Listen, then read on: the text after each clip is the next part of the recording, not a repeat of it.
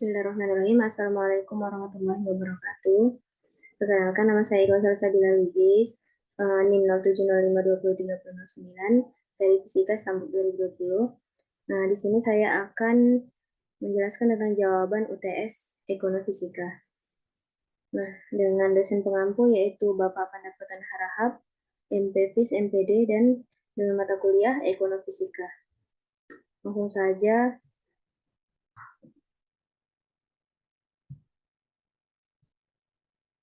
Nah, untuk soal yang pertama, adapun soalnya adalah jelaskan sejarah ringkas munculnya ekonomi fisika. Nah, jadi ekonomi fisika pertama kali diperkenalkan oleh fisikawan teoritis terkemuka yaitu Eugene Stanley pada tahun 1995. Nah, konferensi tentang dinamika sistem kompleks yang diadakan pada 1995 di Kalkuta, kemudian dikenal sebagai Kolkata. Nah, sebagai pertemuan satelit untuk konferensi Start Physics 19 di Cina. Nah, kemudian sejarah mencatat bahwa tahun 1997 ranah keilmuan manusia telah bertambah dan terbitnya istilah ekonomi fisika. Nah, istilah ini pertama kali digunakan dalam sebuah workshop di kota Budapest, Hungaria pada bulan Juli. Nah, ataupun workshopnya yang dikenal dengan nama Workshop on Ekonomi Fisik. Nah, maka mulai saat itu frasa ekonomi fisika tertera dan mengalir dalam bentangan peradaban manusia. Nah, fisika yang diterbitkan oleh fisikawan dalam jurnal fisika adalah Mati Teknor tahun 1991 dan Tekayasa et al.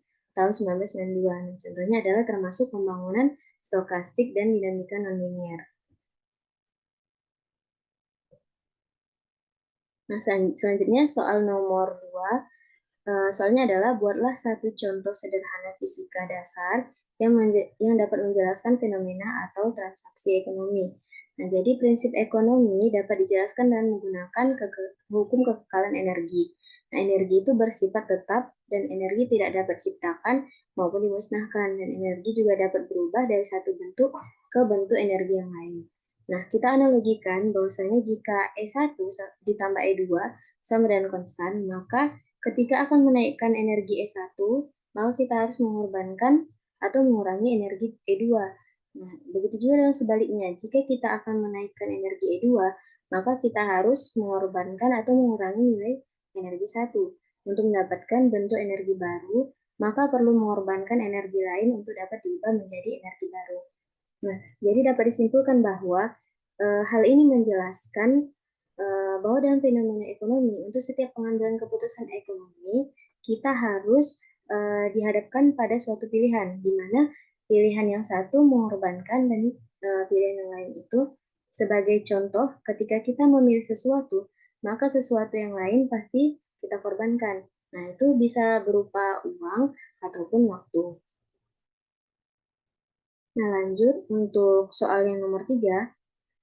Adapun soalnya ialah jelaskan dengan contoh fenomena random walk, gerak Brown, dan teori peluang dalam transaksi ekonomi atau finansial. Nah, random walk. Nah, pada random walk, pergerakan saham tidak dapat diprediksi. Artinya, harga saham hari ini tidak bergantung pada harga saham kemarin. Contohnya, katakanlah ada perusahaan susu kedelai yang sahamnya diperdagangkan seharga 50 juta. Nah, tiba-tiba ada kabar kebakaran di pabrik, dan harga saham itu turun 15%. Nah, keesokan harinya ketika pasar dimulai harga saham turun lagi. Nah, itu 10% turunnya.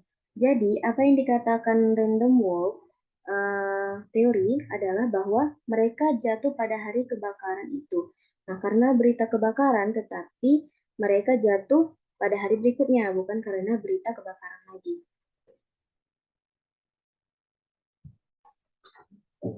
Nah, langsung saja selanjutnya yaitu materi tentang gerak Brown. Nah, gerak Brown adalah konsep dalam ekonomi dalam dua hal. Nah, dia mendirikan bagian penting dari stokastik keuangan yang mencakup penetapan harga aset berisiko seperti harga saham, obligasi, dan nilai tukar. Misalnya model sentral untuk harga aset berisiko adalah gerakan geometris Brown, dan contoh lainnya ialah penerapan kalkulus stokastik pada model opsi. Nah, untuk contoh selanjutnya yaitu mengenai tentang peluang. Jadi peluang adalah harapan terjadinya suatu kejadian yang akan berlaku atau telah terjadi memiliki keterkaitan antara konsep kesempatan atau kemungkinan dengan kejadian. Nah, contohnya ialah ekonomi digital.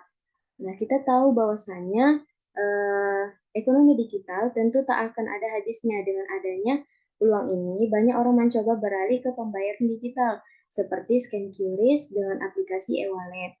Nah, kita tahu kalau di Medan itu ada namanya Trans Metro Daily. Nah, jadi bus Trans Metro Daily ini pembayarannya bisa menggunakan kartu ataupun dengan menggunakan scan QRIS. Nah, inilah maksud saya tentang peluang.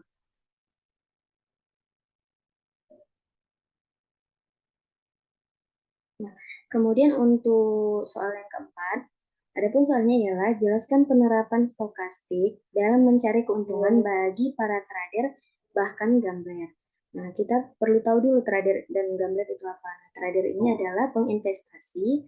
Nah, kemudian gambler itu adalah pejudi. Nah, jadi penginvestasi bahkan pejudi keduanya itu melibatkan risiko. Namun, investasi umumnya merupakan cara yang jauh lebih baik untuk mendapatkan keuntungan daripada berjudi.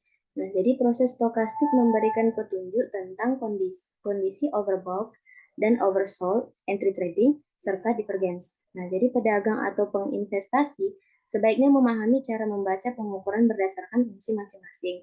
Nah, bagi trader, memprediksi tren saham dan mempertimbangkan berbagai aspek sehingga cenderung lebih akurat.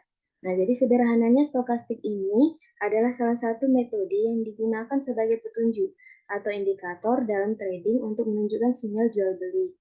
Nah, sedangkan kalau di gambler, nah untuk keuntungan bagi pejudi itu berkaitan dengan proses martingale yang menyatakan bahwa harapan keberuntungan setelah permainan adalah sama dengan keberuntungannya.